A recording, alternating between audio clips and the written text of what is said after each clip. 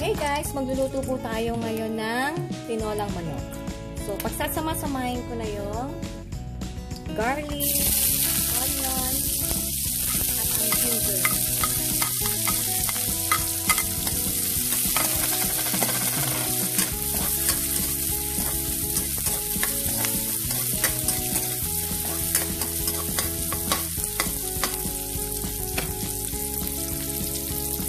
Then guys, ilagay na natin yung ating chicken.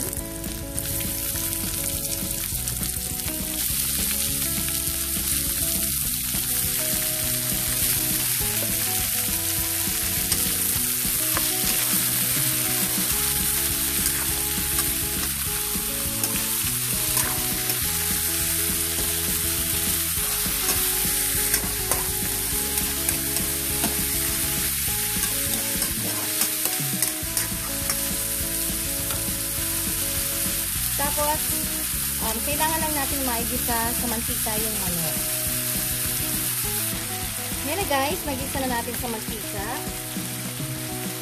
Ngayon, ilalagay na natin ang hugas bigas.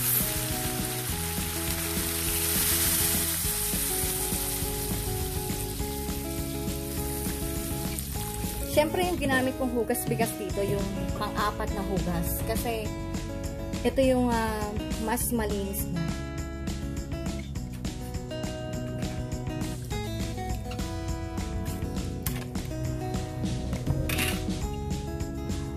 Ngayon, lagyan na rin natin ng paminta.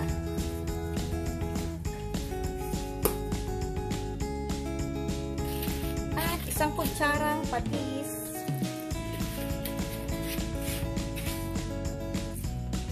Tapos guys, takpan muna natin ito hanggang sa kumulo at ihuhulog na natin ang gulay na sayote.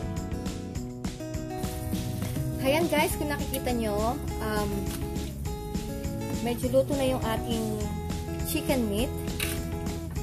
Ilagay natin ang sayote.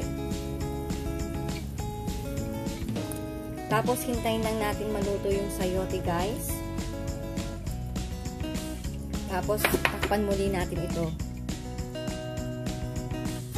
So, kaya na guys. Kung nakikita nyo, luto na yung ating sayote. Ang isusunod nating ilalagay na gulay ay repolyo.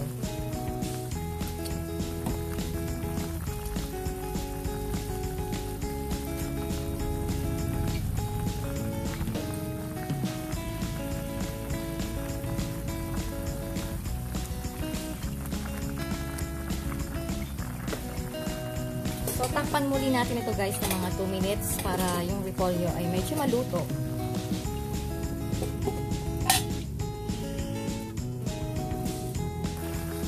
Ito na guys, after 2 minutes, lagyan natin ng konting pangpalasa, of course, ang magic sarap.